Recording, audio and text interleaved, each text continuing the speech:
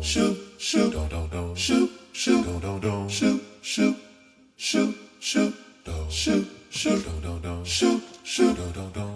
shoot, shoot, shoot, shoot. Howdy, folks. Welcome. It's that time again. Sports and shorts of sorts. Almost messed up my title. It's Rand City. Episode's out a little later than usual this week. Had a lovely family getaway last weekend where we all went to my niece and her husband's farm. Great time. And then a melancholy day where we had to go to the funeral of our good friend Tiff, gone way too soon. So it's been a bit of a week. But I'm caught up on sports now. Head's a little better. Let's dive right into this wild sports week. The jerseys mentions are coming. They'll be up as well. But let's jump right into the Premier League. European footy is upon us. Let's get to it. The English Premier League kicked off with Manchester United hosting Fulham. Old Trafford, wonderful scene. The visitors got off to a better start, though, and forced Onana into a real big save. United would crank up the pressure, though, and force two amazing saves out of Fulham's keeper, Leno. And despite the shots on target, there would be no goals in the first half. But Man U would get an early second half pressure. Still not finding a goal, though. Erik ten Hag would make some subs around the 1 hour mark. And in the 87th minute, one of those new subs paid off. Alejandro Garnacho would spot Joshua Zirkzee, the newcomer, and he'd redirect that low cross into the back of the net, scoring on his debut, clinching the 1-0 win for Man U. The new Dutchman arriving from Bologna could not have asked for a better debut at Old Trafford. Probably already a fan favorite with that goal. And the weekend kicked off and got even better. Liverpool went on the road to take on newly promoted Ipswich Town. We'd see what Liverpool would be like in the post-Jurgen Klopp era, with the Arne Slot era beginning. The game wouldn't have a lot of first half action. We'd go in the halftime without a goal, but in the 60th minute, we'd see a lovely Liverpool team goal. Trent Alexander-Arnold found Mo Salah with a perfect lead ball. The Egyptian spotted Diego Jota, made up for a bad miss earlier in the second half by finding the net on this attempt. That highlight goal was the first under the new manager, and Liverpool led 1-0. Not even 5 minutes later, Liverpool would double their lead. Szoboszlai's directed pass would come right to Mo Salah in a dangerous spot, and he'd easily finish from there, making it 2-0 in 65 minutes. And there was some history with that goal. Salah's goal was his 9th on opening weekends in the Premier League. That's a new record, putting him ahead of legends Frank Lampard, Wayne Rooney, and Alan Shearer, who are all tied at 8. And Liverpool would hold on for the 2-0 road win. Arsenal hosted Wolves, and the home team started the match off with tons of pressure, forcing Wolves keeper Sa into some huge saves. There was nothing Sa could do about a Saka cross that was met by Kai Havertz. The Germans' header put Arsenal up 1-0 after 25 minutes. And Wolves looked to get on their way 10 minutes later, but David Raya made an unreal save to keep the game 1-0 going in the halftime. Wolves had some early second half pressure, and we'd get a second half goal, but it'd come from Arsenal again. Bukayo Saka would get the ball on the wing, and he'd do his trademark cut inside, finding the back of the net with his left foot, just like he's done so many times before. And the 74th minute goal was enough to put the icing on the cake in the 2-0 Arsenal victory to start the season. Everton took on Brighton, and there's some history for Brighton midfielder James Milner. He's the only player in the history of the Premier League to play in 23 seasons. Talk about longevity. Everton looked to score early in front of the home crowd from a corner kick just 5 minutes in, but the goal was disallowed as the assistant's flag went up for offside. And that decision was pretty big. 20 minutes later, new arrival from Feyenoord, 20-year-old Gambian Yankuba Minte spotted Mitoma at the back post, who found the back of the net. Brighton led 1-0 after 25 minutes. Early in the second half, a ghastly giveaway by Brighton led to Calvert-Lewin getting taken down in the box by Lewis Dunk, and a penalty was given. But VAR got involved, and they negated that decision. A tough break for Everton as they no longer had that penalty chance. I thought it should have stood, but it was a tough break for the home team. And again, an official's decision would be costly for Everton, as 10 minutes after that non-penalty call, Brighton's Danny Welbeck would go on a nice scamper before finding the back of the net, doubling Brighton's lead 2-0 after 56 minutes. And things got worse for Everton when a long ball was played by Brighton, and Everton's Ashley Young went to chest it down. His first touch really let him down, and he was beaten to the ball by a streaking Mitoma. Young had no chance to pull him down, resulting in a straight red card because he took away a goal-scoring opportunity. And 10-men Everton were struggling, and Brighton killed off the game when Welbeck spotted Simon Adrian Moringa, who cut inside and found the corner of the net, putting Brighton way ahead 3-0 after 87 minutes. And 20-year-old Swedish substitute Yasin Ayari looked to make it 4-0 with his first touch of the match, but VAR found it offside. The goal was disallowed, but still a big win for Brighton. They go on the road and open their season with a 3-0 win.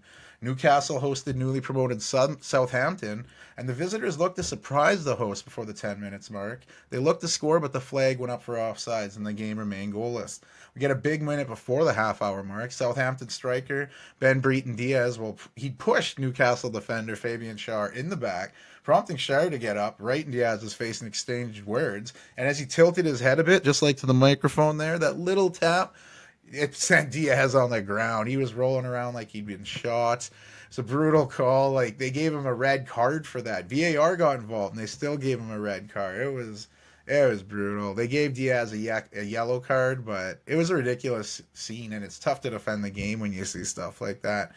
But the game would continue, and just before halftime, Southampton's keeper, McCarthy, would directly give it away to Newcastle. And one pass later, Joelinton found the back of the net, sending St. James Park into a frenzy. And 10-man Newcastle led 1-0 going into halftime. Almost like karma for Diaz's dive, Nick Pope would hold on for the clean sheet. Newcastle started their campaign 1-0 home win. Nottingham Forest took on Bournemouth, and it was a sad start to the season for Forest in their season opener. 7 minutes into the new campaign, Brazilian midfielder Danilo would go down for a challenge, and he'd look in a lot of pain. And after nearly 6 minutes of treatment, he'd get stretchered off and taken to the hospital. It turned out to be a broken ankle, and his season could be over before it even really started. The game continued, and Ryan Yates would come on for Danilo and had his shot stopped by Bournemouth keeper Neto. The ball bounced right to Chris Wood, who easily put the ball in the net, and Forest led 1-0 after 23 minutes. 10 minutes later, Bournemouth looked to equalize, but VAR found it offside, goal disallowed, and Forest still led 1-0. They could have had more goals, but Bournemouth keeper, captain as well, Neto made massive saves to keep the score the same way. And the second half was relatively uneventful until the 86th minute, when Bournemouth were on the attack and sent a low cross into the box with pace. For a substitute, Harry Toffolo went to clear the cross, but blasted it right off its own keeper, ricocheting into the path of Antoine Semenyo, who easily put it into the net, tying the game at 1 late in the match. And that late equalizer was enough to secure the point for the visitors. Nottingham Forest was still in shock from not getting 3 points, but the draw, it's the way she goes. West Ham, you see him wearing the Hammers jersey now, hosted Aston Villa. Our new-look manager, Julian Lopetegui, I'll get his name right by the end of the season, hopefully. As I said, we hosted Villa, who are up for their Champions League play this season. They're so amped that it took them just 3 minutes to score to open the season with a goal. Early corner, new arrival from Everton, Amadou Onana, would use his tall frame to score, putting Aston Villa up 1-0 before the 4-minute mark. Leon Bailey should have doubled their lead when he danced around the sprawling West Ham keeper Areola, but he hit the post with an open net. You got to give new arrival Max Kilman. He made enough to force that tough shot, and as we went into halftime, as we were going further in the half, West Ham went on the attack. Souček was taken down the box by Matty Cash, leading to West Ham having a penalty. VAR had a look, confirmed it. Lucas Paqueta would step up, calmly send the keeper the wrong way, tying the game at 1 after 37 minutes. And the game stayed that way for a while, but the two Spanish managers would make the substitution. And it looks like the subs by Unai Emery pulled off, they worked out a little better. Because in the 79th minute, off some wonderful one-touch passing, substitute Jacob Ramsey would spot fellow substitute John Duran, and he finished masterfully, giving Aston Villa the lead for the second time in the match, and that's how things would end. Aston Villa continue their phenomenal play with a season-opening win in East London. West Ham have now just won one of their last 8 Premier League opening round matches. 9 Premier League matches. Read it wrong there. Brentford they hosted Crystal Palace, and Crystal Palace had a few opportunities where it looked like they'd go their way. Eze's low free kick tricked everyone, but just missed the net. Then Eze put one in the back of the net, but the ref blew a whistle for a foul leading up to the goal. So the game stayed scoreless, only for a few minutes though. Brentford would get their first real attack, and Brian Mbeumo would make a nice move before finding the back of the net, and they led 1-0. Just seconds later, Brentford almost doubled their lead, but Palace kept it out of the net, and the game would go to halftime with Brentford up 1-0. Early in the second half, Palace would go on the attack, and a nice cross in the box bounced off Brentford's Ethan Pinnock right into his own net, tying the game at 1 after 57 minutes. But immediately after, Palace looked to put the visitors ahead for the first time, but the goal was disallowed due to offsides. In the 76th minute, a Brentford Deflected shot was saved by keeper Dean Henderson, but right into the path of Wissa, who put the rebound away, giving Brentford their second lead in the match, leading 2-1 after 76 minutes, and that is how the game would end. London derby ending in a Brentford victory. Defending champions Manchester City started their season in London to take on Chelsea, two of the highest spending teams in the Premier League, and Chelsea's new manager Enzo Maresca was making his debut with the club. The defending champs got off to a perfect start when Bernardo Silva one-touched it right to Erling Haaland, and the big Norwegian, powered by defenders, putting into the net, giving Man City the 1-0 lead after 18 minutes. VAR had a look, but it stood. Spanish left-back Cucurella was left in the dust on the goal, which is kind of karma for how much shit he's been talking about Haaland. And just before halftime, it looked like Nicholas Jackson scored on a rebound for Chelsea, but they spotted he was offside. The goal didn't count. The game stayed 1-0 until the 84th minute, and Chelsea tried a long clearance, but it was intercepted by former Chelsea man Mateo Kovacic. He took the ball and went on a run, running by two players brought in to replace him, Moises Caicedo and Enzo Fernandez, and he fired it from 25 yards out. Sanchez got a hand on it, but couldn't keep it out. That goal put Man City up 2-0. Classy Kovacic didn't celebrate against his former club. Great start to the season for the Citizens as they look to win their 5th Premier League title in a row, which would also be their 7th in 8 years. Like, it's crazy what Pep's done with Man City. But with that being said, it sounds like we're getting closer to the ruling on the 115 charges against Manchester City, mostly involving alleged breaches of the Premier League's financial rules. So a lot of drama already, and we're just 1 week in. And the last game of the Premier League opening weekend went down on the Monday. EFL Championship champions from last year, Leicester City, returned to the Premier League after a year in the division below, hosting Tottenham to open the season. The visitors looked like they were facing a newly promoted team. They had most of the possession, and they'd get the game's first goal. While on the attack, James Maddison would send a tasty cross into the box, where it was met by Pedro Porro, his header finding the back of the net, giving Tottenham the 1-0 lead after 29 minutes, and the game would stay that way for a while. Tottenham would have more pressure in the second half, but Leicester City would start to get some possession. They take the ball away from Tottenham in their own area, and after one cross didn't find anyone, the second from Abdul Fatawu into the box was met by who else but Jamie Vardy. His 57th minute header found the back of the net, tied the match up at 1. Around the 70th minute, a cross into the crowded box was met by a few players, but there was some contact to the head, and Tottenham's midfielder, Bentancur, his head contacted a player and then smashed into the ground. The game was paused as medical staff rushed to the injured Bentancur. He was stretchered off the ground, replaced by Archie Gray, who at 18 years old is making his Tottenham debut. And Tottenham would get some chances late, some really solid ones, but they couldn't convert. The match would end in a 1-1 draw. So after match day 1, 8 teams won their games and share their league with 3 points. Brighton sit in first place based off a goal difference following that 3-0 win over Everton. 2 matches ended in a draw, so 4 clubs sitting at 1 point. The upcoming match day kicks off with that hot Brighton team hosting Manchester United. I'm a little concerned about my West Ham visiting Crystal Palace, another London derby, and Palace seems to play really well against us. Both are coming off a tough loss, so we'll see how that goes. Hopefully the Hammers pull it out. Man City will look to score tons of goals against newly promoted Ipswich Town, and Liverpool versus Brentford should be pretty exciting as both teams are coming off hot wins to start their season. Wolves hosting Chelsea features 2 teams that got outshined by better competition on that day last week. But for me, the match of the weekend has to be Aston Villa hosting Arsenal.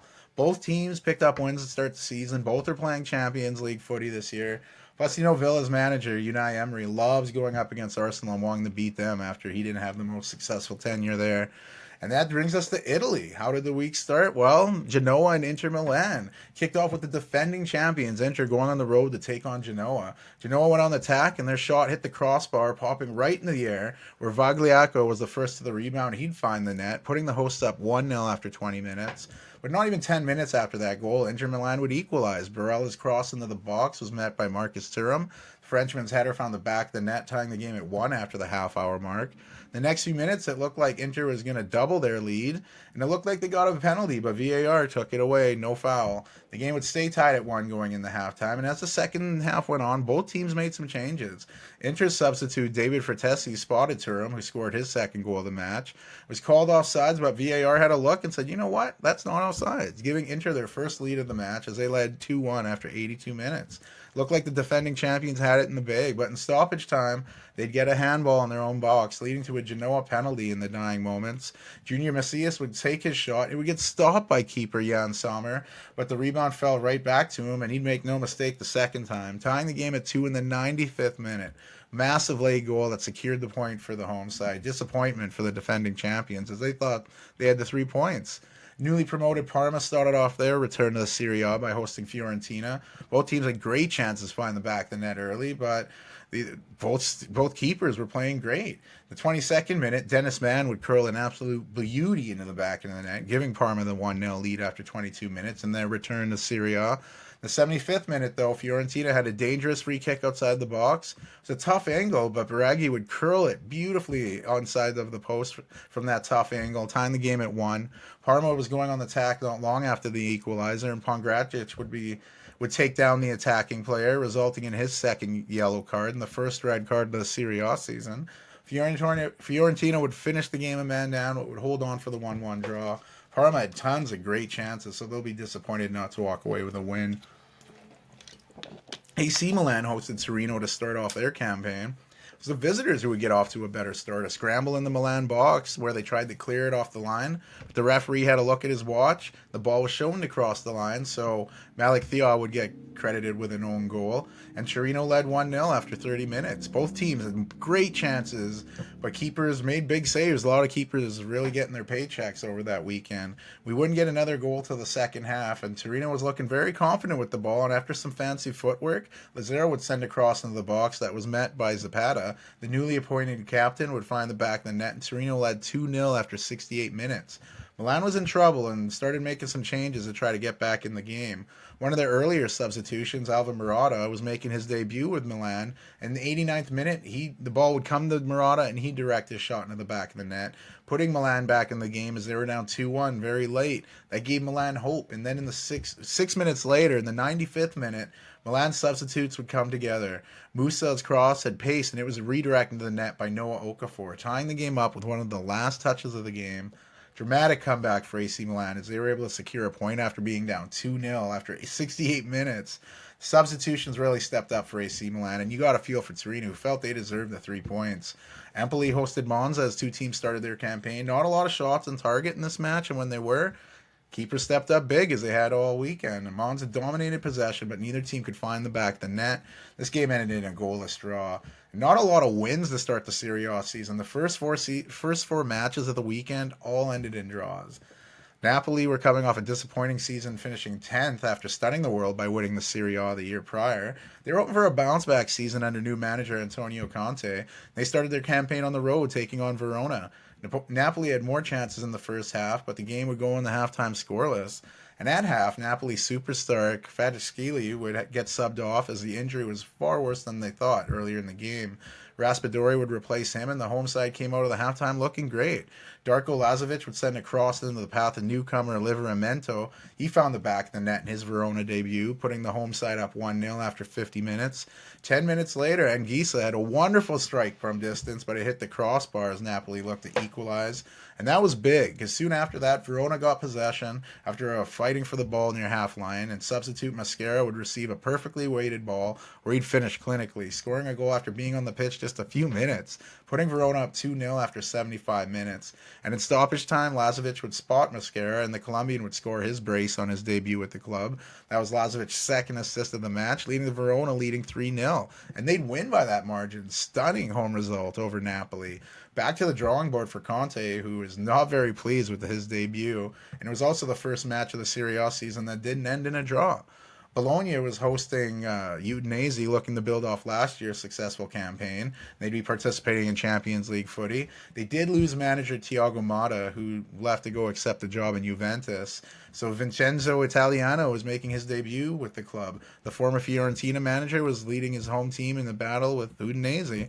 And the home team had tons of great chances in the first half, but could not find the back of the net. Udinese keeper Okoye made some big saves to keep his team in it. And the game went in the halftime goalless. But in the second half, Bologna would get taken down the box, leading to an opportunity where Riccardo Orsolini would step up and smash the ball into the net. His penalty gave Bologna the 1-0 lead after 57 minutes.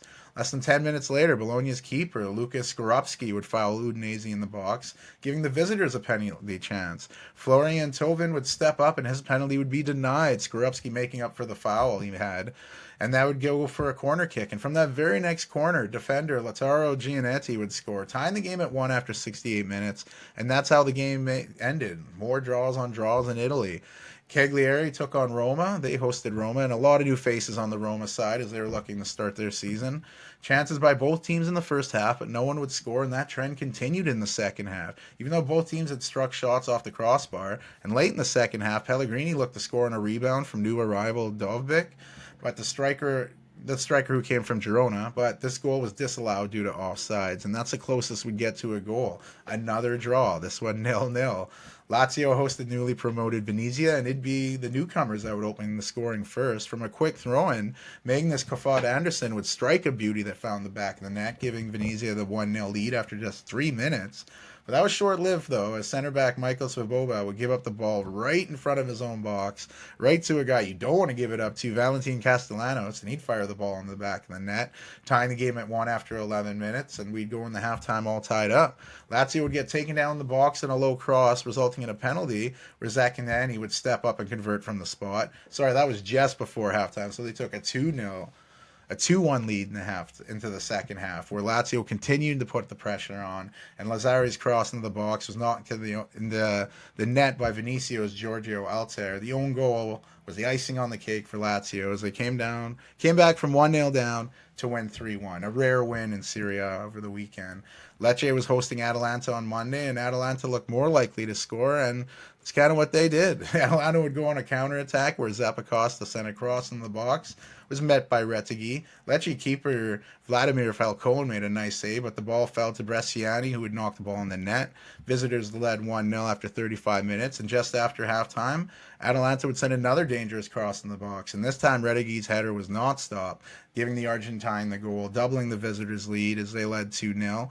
Early in the second half, Atalanta would keep up the pressure and earn a penalty after a foul in the box. Retegui would step up and get his brace, sending the keeper the wrong direction.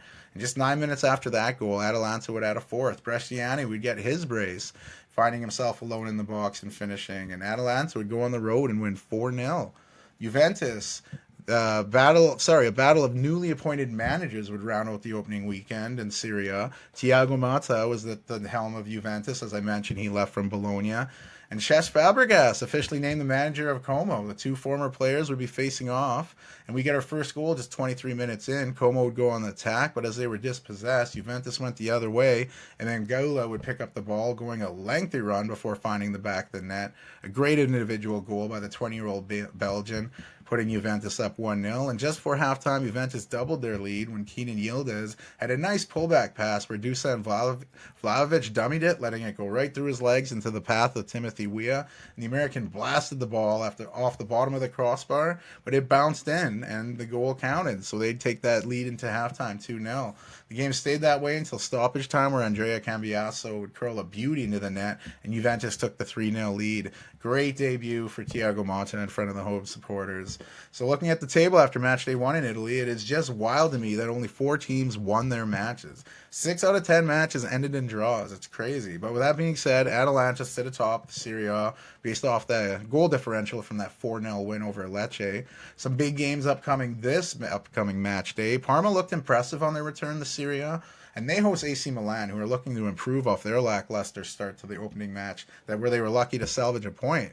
Napoli collapsed in their opener to Verona, so it'll be interesting to see how they respond hosting a Bologna team who are not too thrilled about settling for a draw in their opener. The match day wraps up on Monday when Verona hosts Juventus. Both teams are one of the few that picked up wins in the opening match, and something tells me this one won't end in a draw either. So that brings us to plane. Hop on the plane to Spain.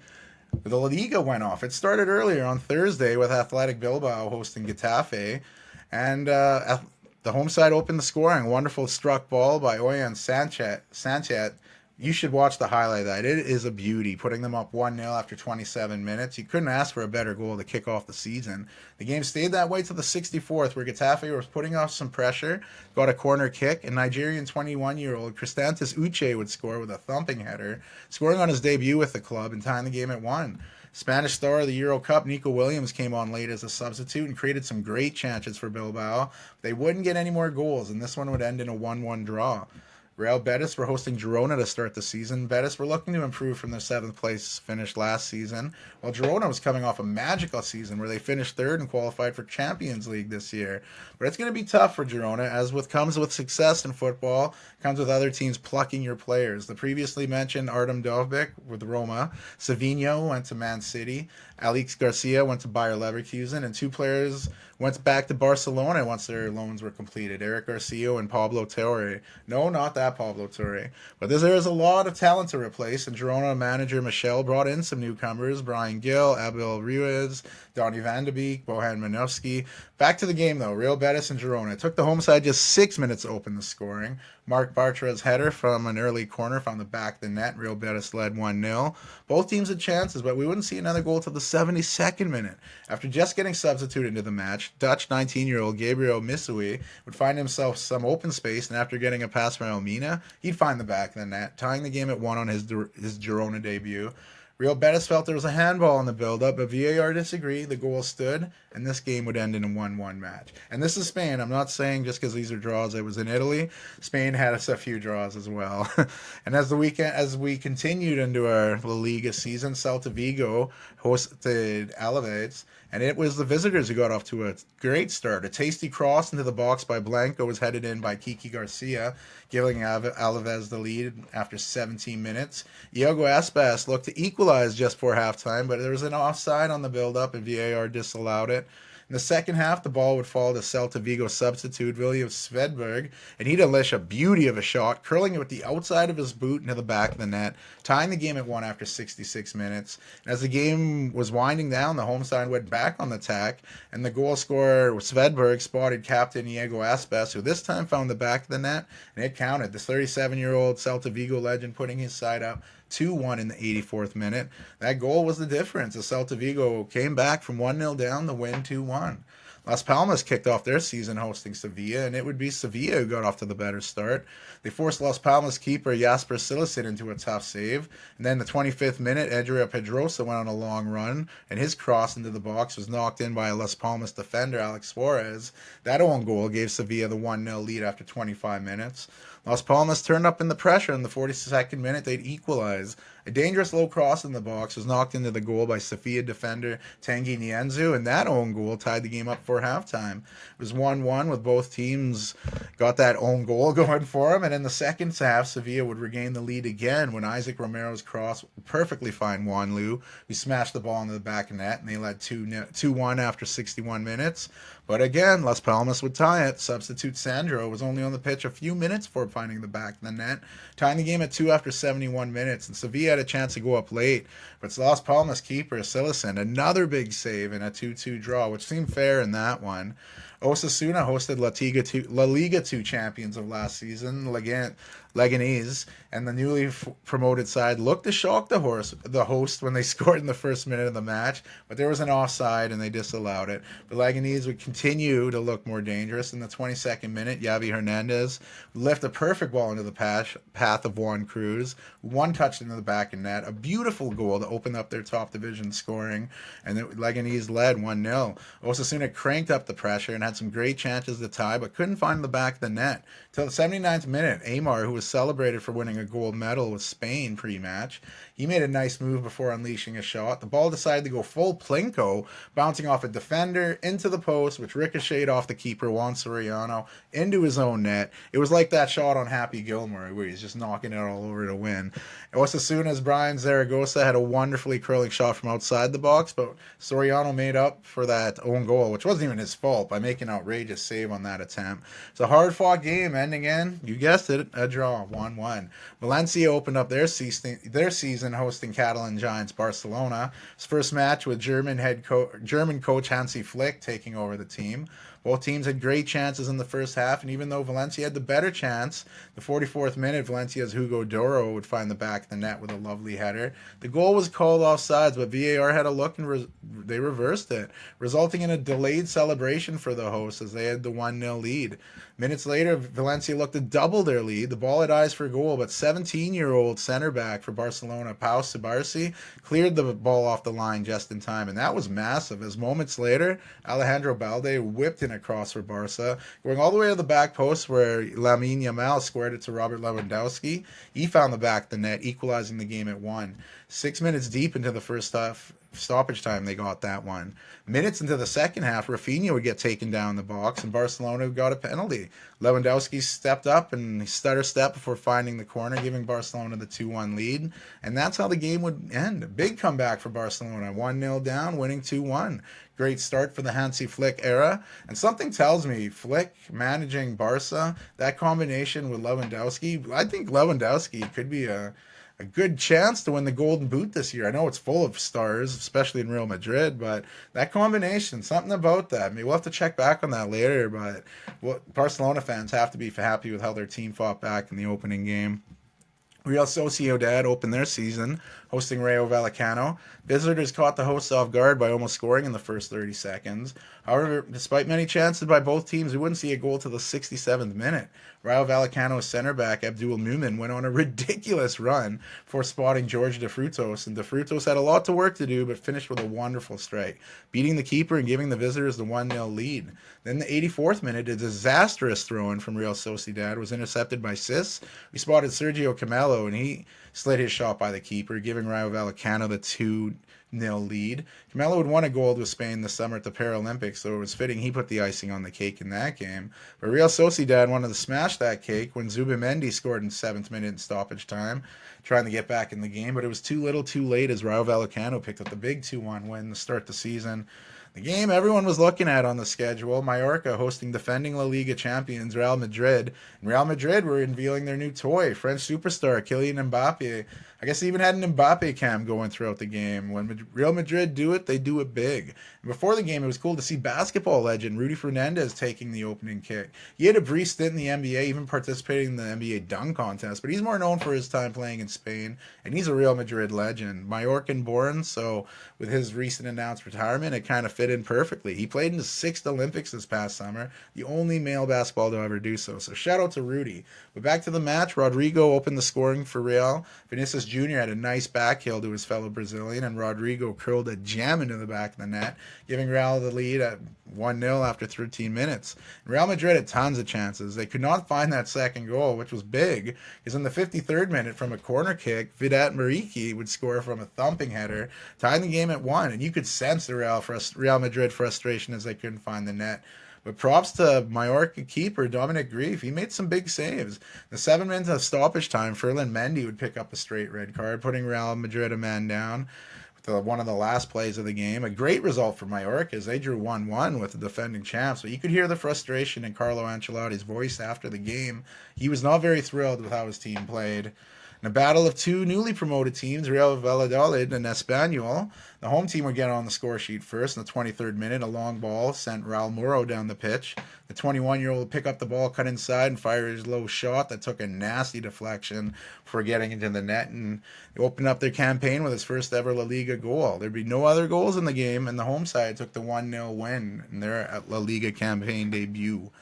Villarreal took on Atletico Madrid to wrap up the match day. The home side would open up the scoring when Danjuma showed off some nice skill before finding the corner, giving Villarreal the 1-0 lead after 18 minutes.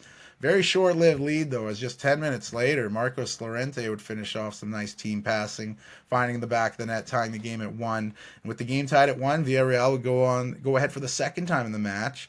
From a corner kick, the ball would come right back out to Alex Peña, who would send in another dangerous cross. Misplayed terribly by Oblak, and the ball struck Koke before going in his own net. in the 37th minute own goal, and Villarreal led 2-1. And just before halftime, perfectly crossed ball by Barrios was met by Alexander Sorloth, and he would equalize with one of the last touches of the first half. The second half, not much went down other than the introduction of Atletico Madrid forward Julian Alvarez, who came over from Manchester City. The game stayed 2-2, and that's how it would end in a draw. The Spanish table is full of clubs that drew. 6 fixtures ended in a tie. Only 4 teams picked up victories, much like the Serie A. So maybe after the second round of matches, we'll have a clear leader, but they're all tied on goal difference right now. Robert Lewandowski was the only player to score multiple goals in those matches, and I already mentioned how I think this could be the year he wins the Golden Boot for the second time in his career. And there'll be something to watch. Some big games upcoming match day. Lewandowski and Barcelona host Athletic Bilbao. That should be a fun one. Barca fans will be salivating at watching Nico Williams. We know how bad they've been trying to acquire the young Spanish star. Real Madrid, I was it's almost like voice there. Real Madrid is their opening home match as they host newly promoted Real Valladolid, and I imagine they'll be looking to light the lamp up against them after that draw against Mallorca. Then to end the weekend, Atletico Madrid hosts Girona. 2 teams will be playing in Champions League footy this year, and it should be exciting to see both teams looking to try to get their first win of the year. That takes us to France in Ligue 1. In Ligue 1, McDonald's, I don't know why McDonald's got the sponsor. A lot of players probably don't eat McDonald's before they play, but anywho, sponsor's a sponsor. PSG began life without Kylian Mbappe, who, as I mentioned, is in Real Madrid, and they started their Ligue 1 campaign on the road against Le Havre, and they didn't seem to miss him one bit. Just 3 minutes in, Lee Kang-in would curl his shot in the back of the net, giving PSG the early lead. Le Havre looked to tie it up in the 28th minute, but goal was disallowed due to offsides. PSG had tons of chances to double their lead before halftime, but failed to do so. Then not even 3 minutes into the second half, Le Havre's Gauthier Loris had his shot find the back of the net. This game was tied 1-1 after 48 minutes. Just 6 minutes later, Le Havre looked to take the lead, but VAR found a handball in the build-up. It was pretty blatant. That goal was disallowed, and the game continued to stay 1-1. PSG was getting a little worried. Maybe they did miss Mbappe, but they were ramping up in the pressure, and in the 84th minute, Dembele would find himself wide open for a free header. No one was on him, and they led 2-1. Not even 2 minutes later, 21-year-old Bradley Barcola would go on a run before finishing with a clinical shot, giving PSG the 3-1 lead. Then to make things worse for the home side, they give up a late penalty for a foul in the box on Kolo Muani. Kolo Muani would step up, scoring from the spot, 4-1 victory. The scoreline looks great for PSG, but with less than 10 minutes to go, they were in a little bit of trouble. But a win's a win, and they'll be happy to take the 3 points. A highly anticipated game between 2 games with high expectations on the season. Brestois finished 3rd in League on season and will be excited to play in the Champions League this year. Nulic Marseille is looking to upgrade from their 8th place finish last season, missing out on European play. Mason Greenwood would get the start for Marseille. The disgraced Man United star found new life on loan in Spain with Getafe last season, and this year he signed a long-term deal to join Marseille. Didn't take him long to get on the score sheet with his new club, scoring a nice goal just 3 minutes in the match to give the visitors a 1-0 lead. 26-year-old Ajax, Ontario native Derek Cornelius making his debut for Marseille. The center back got into a little bit of early trouble when he was battling with Brest on loan striker Ajorc, resulting in a penalty for Brestois. Romain Del Castillo took the penalty, but it was stopped by keeper Geronimo Rulli. Mason Greenwood would again lead the attack, and he was taken off where the ball would come to Luis Henrique, and he scored in the 26th minute to double Marseille's lead. Just minutes later, a foul in the box would earn Marseille a penalty, where Greenwood would step up and score from the spot, securing a brace and putting Marseille up 3-0 after 31 minutes. And in the dying moments of the first half, Brest Del Castillo would spot Madi Camara, who unleashed a rocket that got the home side on the board before the halftime break. Marseille led 3-1 at the end of the first half. That was difficult. As minutes in the second half, Greenwood would again lead an attack for Marseille, and this time his cross was mishandled by the Brest defense, basically teeing it up for Luis Henrique, who scored his second in the match, giving Marseille the 4-1 lead after 48 minutes. And I sound like a broken record here, but Mason Greenwood sparking another attack, showing off skills before getting taken down in the box, resulting in another penalty. Greenwood could have easily taken the pen for a chance at a hat trick, but gave it up to teammate Eli Wahi, the 21-year-old Frenchman, scored from the spot on his debut for Marseille, giving them the 5-1 lead. They take the 5-1 victory. A new manager, Roberto De Zerbi, after coming over from a few seasons in Brighton, he got off to a perfect start in Ligue 1. The signing of Greenwood, as controversial as it may be, could be one of the best signings in Europe. But if you heard that audio recording of Mason Greenwood talking to his partner, I don't see him coming back to England, but he does continue to light up the lamp. People forget stuff, and I mean the charges were dropped, but man, that's haunting. But we'll see what happens with Greenwood going forward. He's found new life in Marseille, and he's running with it. This could be a dangerous team going forward in Liga. Reims hosted a Lille squad who was busy going through Champions League qualifying in hopes of playing in Europe's biggest tournament. The home side would go a man down when Amadou Kone would come in with a reckless flying tackle, taking out Lille midfielder Angel Gomez, knocking him unconscious briefly. Gomez would go to the hospital after further testing. He's all good right now, but he didn't look good at the time. It's resulted in a straight red card for Kone, and Reims would have to play the last 75 minutes with 10 men. And first half stoppage time went excessively long after the extended treatment done to Gomez, and in the 30th minute of stoppage time, yes, a half hour of stoppage time, Diakite would find the back of the net, giving Lille the 1-0 lead in halftime. Lille had many chances but could not double their lead, not until stoppage time of the second half, where substitute Ethan Mbappe, the 17-year-old sibling of Real Madrid's Kylian, made his Lille debut, and he set up Canadian Jonathan David, who scored from close range, sealing the 2-0 win for Lille. Love how many Canadians are in Liga one night right now. If there's a reason to watch a European league, jump on that one. Canadians are popping up. Monaco and Saint Etienne, last year's Liga runner-ups. Monaco hosting newly promoted Saint Etienne after a single season in the division below. Saint Etienne had beaten Metz in extra time in their thrilling match to secure a promotion at the conclusion of last year's season.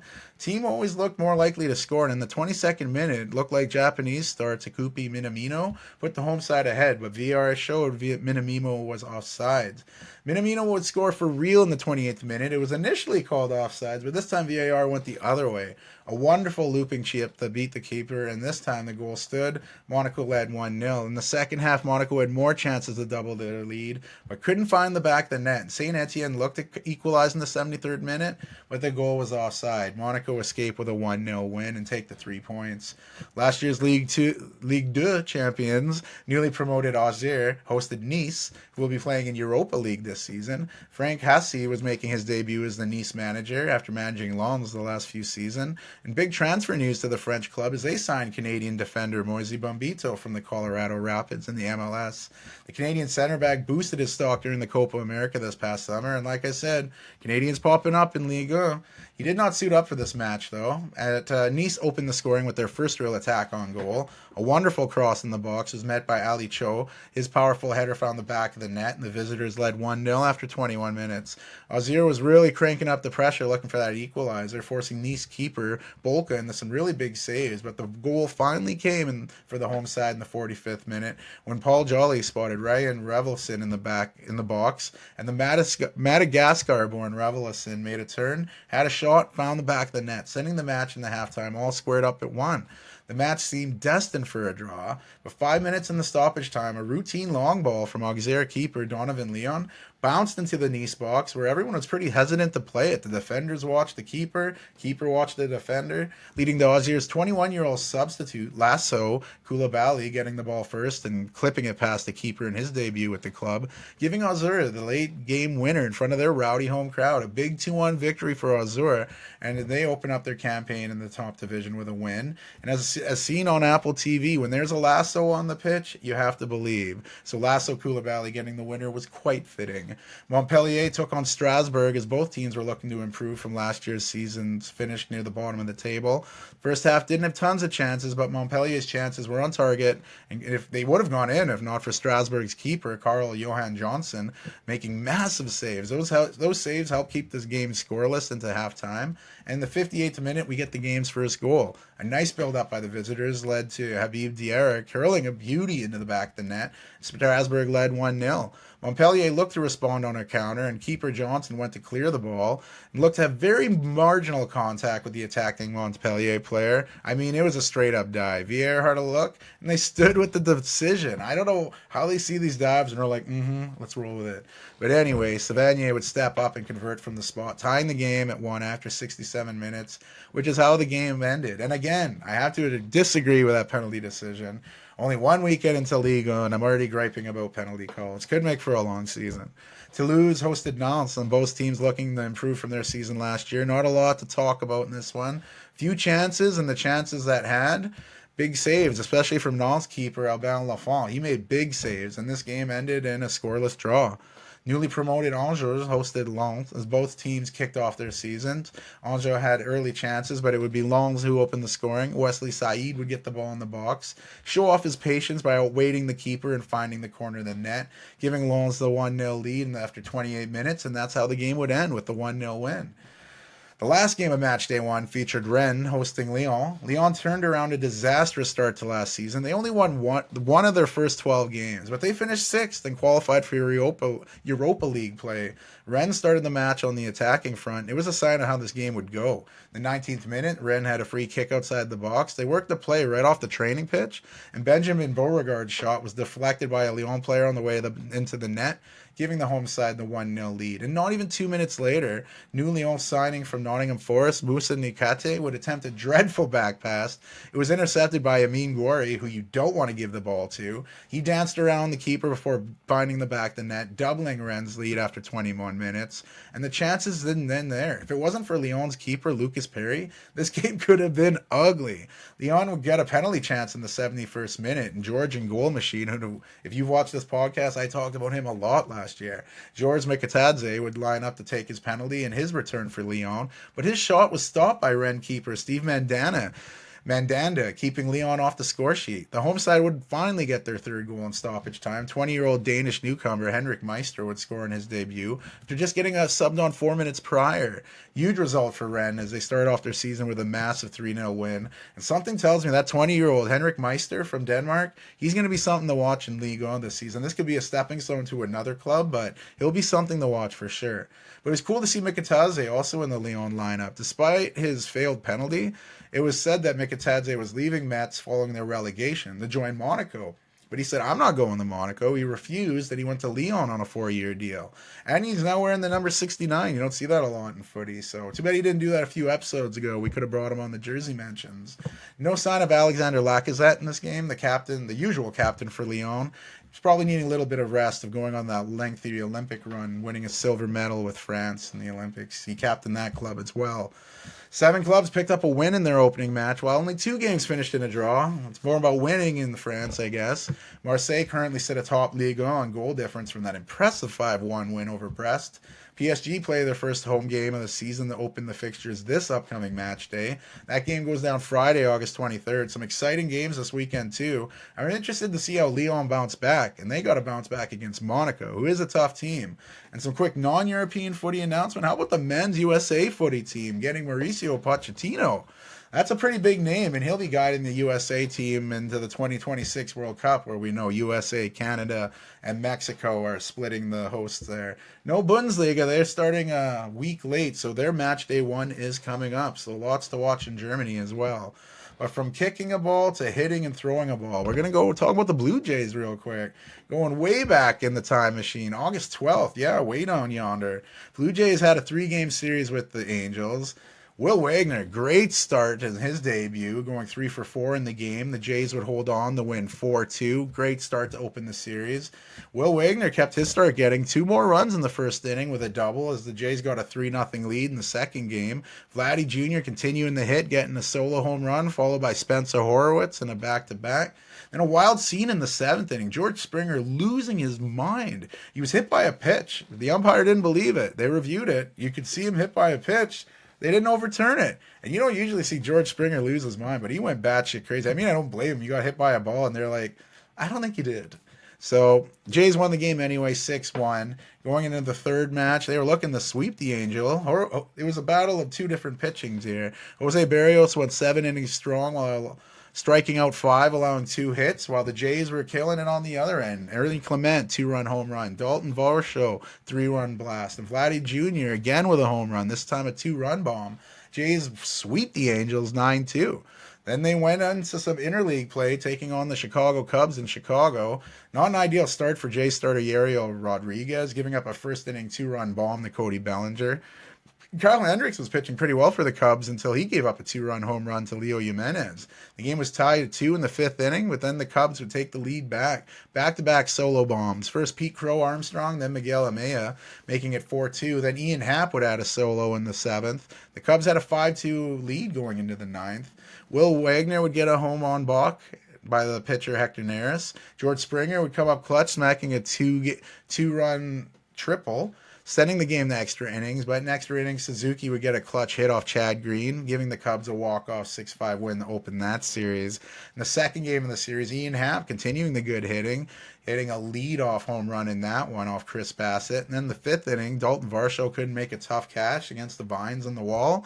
Michael Bush would bring 2 home with that triple, making it 3-0 Cubs. In the 7th, Varsho would bring in a run with a sneaky, well-executed bunt. It was 3-1. And then in the 9th, the Jays tried to rally with an Addison Barger solo home run, but it wasn't enough as Jorge Lopez struck out Vladdy Jr. to end the game, and the Cubs won 2 straight.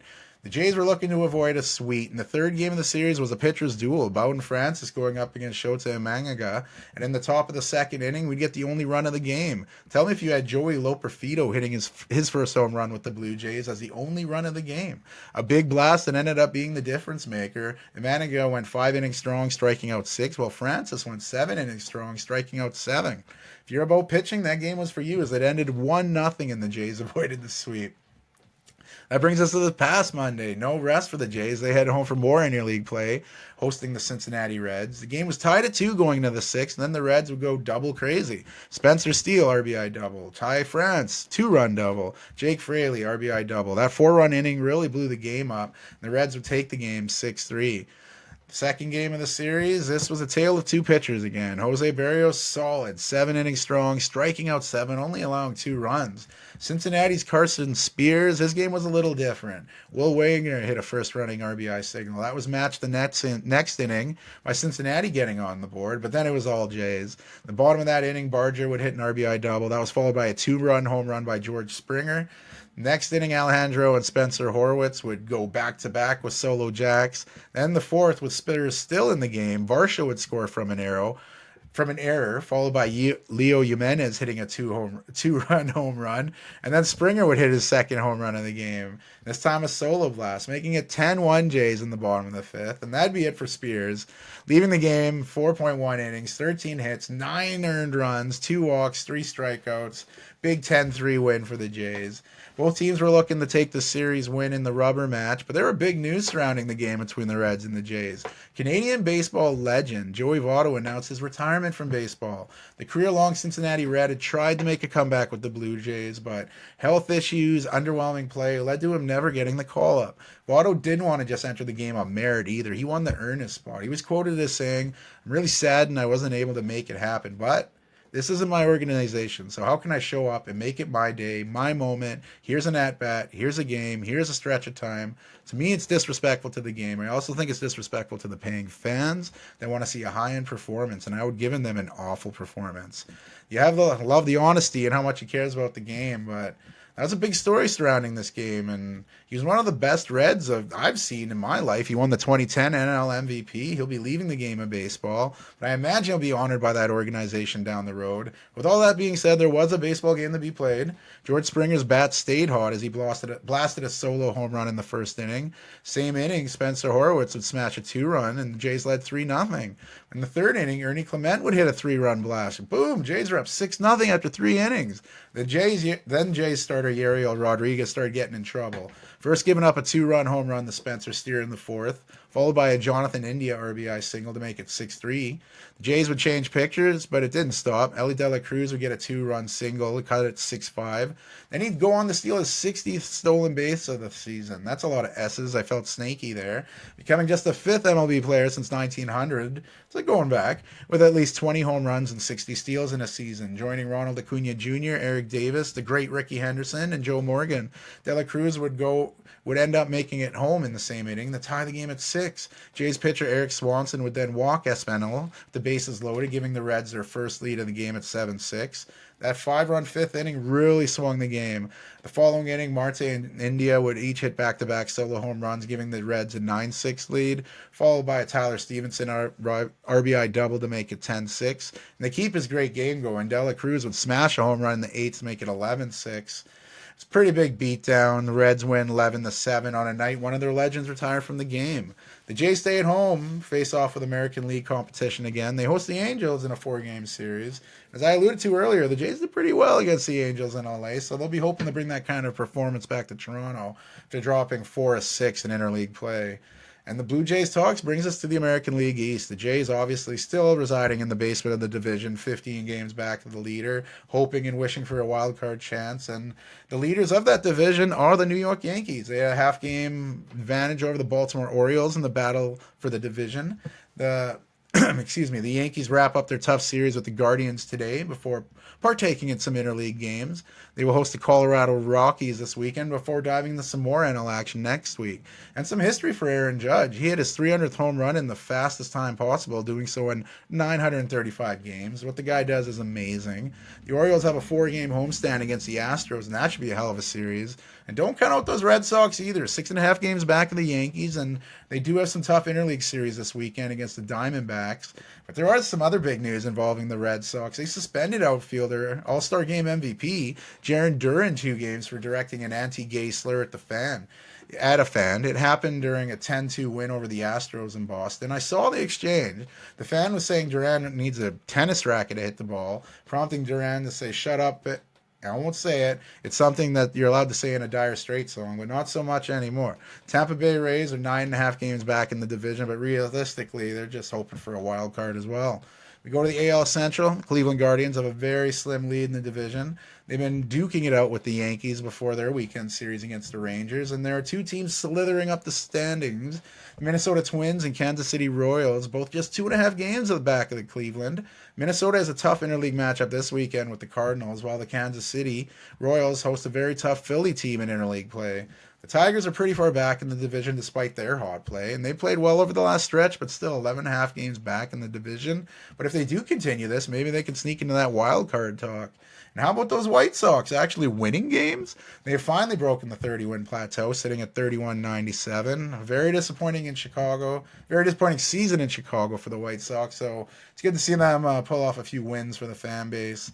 We wrap up the American League by going to the AL West. The once division-leading Mariners are really struggling. Winners of just 1 of their last 9. Swept by the Tigers. Managed 1 against Pittsburgh before getting swept by the Dodgers in LA. This play has led to the hot Houston Astros not only taking the division lead, but kind of running away with it right now. They now have a 5-game lead over the Mariners, and the Mariners are hoping to bounce back in interleague play with the San Francisco Giants this weekend. And the rest of the division hasn't played too well, and they'll need an insane run to qualify for the postseason. The Rangers, 10 games back, the division leaders, while Oakland and the LA Angels are both 14.5 back of Houston. That brings us to the National League, where we'll stay out west, where another division gap is closing. Mind the gap. Los Angeles Dodgers, who had once a big double-digit lead in the division, now only have a 4-game gap, and that's over 2 teams. The Arizona Diamondbacks and San Diego Padres have been playing some great baseball, and they're right in the thick of things. They're all hungry for that division crown, but those teams also currently hold the NL wildcard spots. The Dodgers host the Rays in interleague play this weekend. The Diamondbacks go to Fenway for that interleague series in Boston I mentioned, while the Padres host the New York Mets. San Francisco Giants were looking to get their flow going, and they were involved in this race, but they've struggled a bit, and they now find themselves 11.5 games back of the Dodgers. Realistically, they could still sneak in the playoffs. It'd be wild to have 3 NL West wildcard spots. That'd be crazy. The Colorado Rockies still living in the basement in a very tough division. Got to feel for them sometimes. Just like the Jays in the AL East right now. Going to NL Central, very tight division, just not so much at the top. Milwaukee Brewers are running away with the Central. They have an 11-game advantage over the second-place Cardinals. And the Reds and Cubs are just half a game back of the card. So like I said, it's close, just not up for the title. Lots of excitement in this division, though. Watching Pittsburgh Paul Skeens pitch is so much fun. He's putting tons in over the 100 mark. He's got to be a lock for NL Rookie of the Year. But the Pirates, they reside in the basement of the division. Just a few games back in that crowded group. But, yeah, they're still fun to watch. Still a good outing. Wrapping up these division check-ins, we go to the NL East, where the Phillies still have a big lead division. Philadelphia has a 7-game advantage over the second-place Braves. But the Mets have continued their battle with Atlanta in the standings and currently sit just a game and a half back of their rivals. The Braves wrap up their series with Phillies today before hosting the Washington Nationals this weekend. While the Mets, as mentioned earlier, take on the Padres in a 4-game series that starts today. That should be a fun one. The Nationals have fallen back further in the division, 17 and a half games back. And in the basement of the NL East, the Miami Marlins, who have a season-low 46 wins in the National League. What's that? College coming back. Autumn's on the horizon. That means football's around the corner. We see our first bit of college football this weekend. Florida State Seminoles taking on Georgia Tech across the pond in Dublin, Ireland. Should be an exciting way to kick off the college season, but there are games going on in North America as well. Montana State facing New Mexico. SMU taking on Nevada. And I guess you got to go over a little bit in the Pacific for this one as Delaware State takes on Hawaii. And while we're talking football, let's make a few NFL mentions. Injury woes continue in Minnesota, their 10th overall pick in this past draft. Quarterback J.J. McCarthy underwent a torn meniscus surgery. He'll miss the rest of the season. So Sam Darnold, he should be stepping up for as a starter. Other quarterback starters announced, some more rookies. Washington Commanders, they're going with number 2 overall pick, Jaden Daniels. He'll be the 8th different quarterback in 8 years for Washington. Hopefully this one sticks. He's an exciting guy to watch. Denver Broncos have announced that they're going with 12th pick from this year's draft, Bo Nix. He'll be the new starter in Denver. The Las Vegas Raiders are starting up Minshew Mania, naming Gardner Minshew as their starting guy. And what a surprising quote I found, anyway, from Team USA flag football quarterback Daryl Hoosh Doucette, who said, "At the end of the day, I feel like I'm better than Patrick Mahomes because of my IQ of the game." I know he's referring to flag football, but I feel that's a bold statement right there. The current Team USA players are not liking the talk of NFL players just coming in and taking their jabs for the 2028 Summer Olympics in Los Angeles, but I don't think this is the last we'll hear about that. NFL preseason wraps up this weekend, but I'm going to drop a whole NFL preview episode before week 1 kicks off. Lots to talk about. We can't just fit it in this. It's going to be big, just like the NFL. We go big. But we'll talk CFL Week 11 real quick before Week 12 starts today. Some quick talk, like I said, some good games with the Red Blacks holding on for a tough one in Calgary. Jeremy Masoli getting the start for Ottawa and coming through. We had a big showdown in Regina as the Alouettes took on Saskatchewan. A crazy game that resulted in a crazy ending. Trevor Harris returned for the Rough Riders. Had a hell of a game, but a wild fourth quarter, which led to lead changes all over the place, going down the wire. Saskatchewan had a chance to tie the game with a last-second field goal, but Brett Lothar missed the kick. Third missed field goal on the night. Montreal took it 27-24. And a game that wasn't close at all. The Edmonton Elks went into Hamilton and beat up on those Tiger Cats, crushing them 47-22. A 25-3 second quarter really blew the game up, and the Elks have been playing really well since dismissing Chris Jones earlier this season. The Elks lost the first 2 games after dismissing him, and interim coach Jarius Jackson's kind of been readying the ship here. They've won 3 in a row. Ironically, the play of the Hamilton defense was so bad in defeat to Edmonton, they fired assistant coach and defensive coordinator Mark Washington and brought in Chris Jones. The circle of life in the CFL. And the CFL wrapped up their weekend with Winnipeg going on the road and beating up on the Lions 20-11. A rough performance for record-signing quarterback Nathan Rourke in his return to BC. The last few seasons he's been trying to stick it in the NFL, and the former CFL most outstanding Canadian, he kind of struggled in this game, looked a little rusty, but I expect him to shake that rust going forward. And like I said, Week 12 kicks off tonight. Saskatchewan Roughriders visiting the Toronto Argonauts. A lot of talk about this game, and Toronto quarterback Chad Kelly making his first appearance in a CFL game this season. The quarterback was suspended for 2 preseason games and at least 9 regular season games for violating its gender-based violence policy. Some pretty serious stuff that has really been kind of kept under the rug for the most part. And in his first time speaking to the public since the suspension, Kelly expressed remorse and growth from what happened, but we'll see what happens going forward. Oh, and off the field, other games in Week 12, Hamilton taking on Winnipeg, Lions and Nathan Rourke going in Ottawa to take on the Red Blacks, and Sunday the weekend wraps up with Edmonton looking to extend that winning streak into Montreal. Have to mention a quick thing in the Olympics that hasn't got mentioned from last episode. Breakdancing, pretty interesting this Olympics. It's not going to be in the next one. How do you kill a breakdance? Well, you just simply pull out your ray gun. Yes, I think Australia's ray gun is what put breaking into its coffin, and I don't think we'll see it in the Olympics again. Maybe it'll bounce back again, but yeah. One ray gun kills breaking, I guess. Have to talk about the Cincinnati Open. There was some crazy scenes here. I still can't believe the outcome of the round of 16 matchup between Canadian Felix Auger-Aliassime and Jack Draper. On a match point for Draper, it is clear as day. It looked like Aliassime got the point.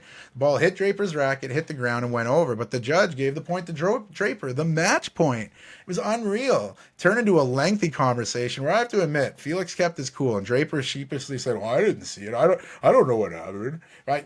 You could tell he knew. And the judge repeatedly said, "I didn't see it. I can't make a call. I didn't see." And Felix told him, "You know this is going to be everywhere, and it's going to be ridiculous. You're going to look ridiculous." He wasn't wrong. It's everywhere. You've had people coming in and talking about this. And in tennis, you can only review line call challenges, so they couldn't review it. If they could, I imagine they would have reversed it. Felix took the loss like a man, shook the guy's hand. Draper, who I'm surprised he could find the hand because he doesn't see much. But it was unreal. And in today's day and age to have that happen, yikes. Huge comeback win for Frances Tiafoe in the semifinals to take down Holger Rune, advancing to the finals to take on number 1 ranked Jannik Sinner, who had beat Alexander Zverev in a tiebreaker in semifinals. Tiafoe became the first American to make it to the finals of the Cincinnati Open since John Eisner did it back in 2013. In the finals, Sinner won in straight sets, though winning the Cincinnati Open. But after the tournament, more talk will be about Jannik Sinner and his failed drug test. Allegedly, the Italian tennis star has failed 2 anti-doping tests. Well, after a lengthy investigation, it was determined his trainer had used an over-the-counter spray used to heal his cuts and part of a massage. And I guess it had the slightest bit of anabolic steroid in it. They're talking less than a billionth of a gram. I mean, if that's accurate, that seems low enough not to really give you an advantage, but it sparked conversation online. Fellow male tennis player Nick Kyrgios called the decision ridiculous, and I can see both sides of it. You know, they're pretty strict on testing in tennis. A guy's got steroids, there should be some kind of suspension, at least you think, until the investigation's done of some kind, but no, he's allowed to play. And this is not the kind of talk you want going into the last Grand Slam of the season. The U.S. Open starts next week. People want to be talking about the hard court and what's about to come, not failed drug test. I'm sure Jannik Sinner, he's going to have to get a HR or a PR guy to get through this week. But on the women's side, America Jessica Pegula beat Spaniard Badosa in 3 sets to advance to the final, where she took on Arina Sabalenka, who took out number 1 ranked Iga Swiatek in straight sets to advance to the final. This final was all about Sabalenka, though. She beat the American on her home soil, winning the match in straight sets to secure the trophy. But another thing that makes me like, what are you doing? The Cincinnati Open, the prize money disparity. I mentioned Jannik Sinner won the male side. He received over $1 million for his win, while Sabalenka received $523,000. So he almost got double the amount as the woman who won the same tournament. It's very surprising because usually tennis has that stuff a little more even, but I was very surprised to see that discrepancy, whatever the right word is. I'm messing it up here. We'll hop to the NHL. Quick talk there. Big trade. Columbus Blue Jackets sending Patrick Laine in a second-round pick to the Montreal Canadiens for defenseman Jordan Harris. It should be interesting to see how that plays out for both teams. I have to mention a big signing, the Seattle Kraken signing Matty Beniers to a 7-year, $49.98 million contract extension. The 21-year-old won the Calder with them a few seasons ago. Also surprising to see the Edmonton Oilers not match St. Louis Blues on offers to Philip Broberg and Dylan Holloway.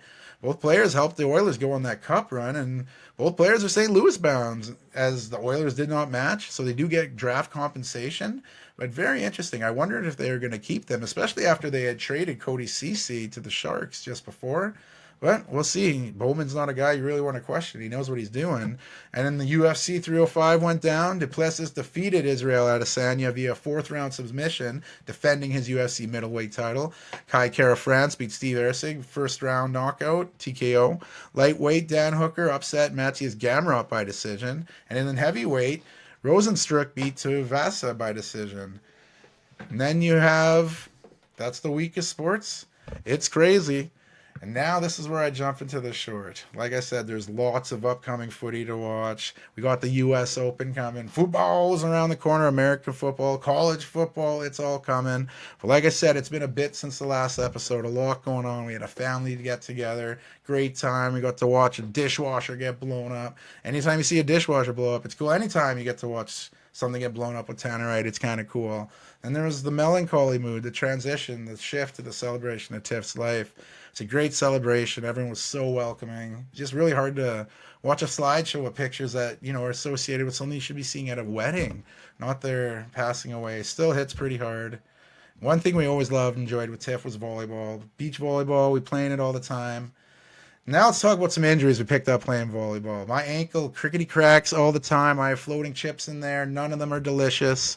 So I try not to get too wild on it. But a guy kept spiking one game, and I'm like, I have to block him. So he went up to spike. I went up to block him. And as I came down, my ankle came on his ankle. Didn't come on it, but it landed on it. And it rolled. It made that crackalack sound that I know and hate so much. So I limped off, got some ice for it because you could see the swelling kicking in. My wife, Caitlin, always has my back, started talking shit to the guy on the other team. But I reminded her, these things can happen. When hitters and blockers jump in the same space, there's only so much room for feet. Still sucks balls, though. It went all nice purple, and I didn't play the rest of the year. But ankle injuries and those courts go hand in hand. While I was recovering from my ACL surgery, I'd still go to the games and watch and hang out.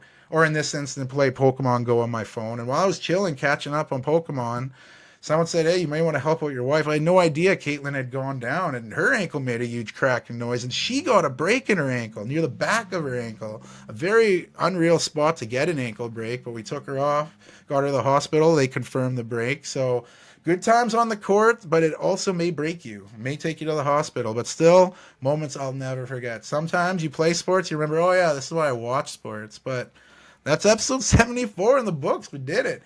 My WNBA episode out last week, post-Olympic, jumped into a lot there. You'll see another one coming out. The WNBA's rocking right now. Grab it while it's hot. And as I said, those other sports coming up. Lots of big stuff. NFL preview coming up. Thanks for coming along again. Like I said, episode 74. There's going to be 75 next week. Damn. Just keep on rolling, baby. Thanks for coming out. Rent City out.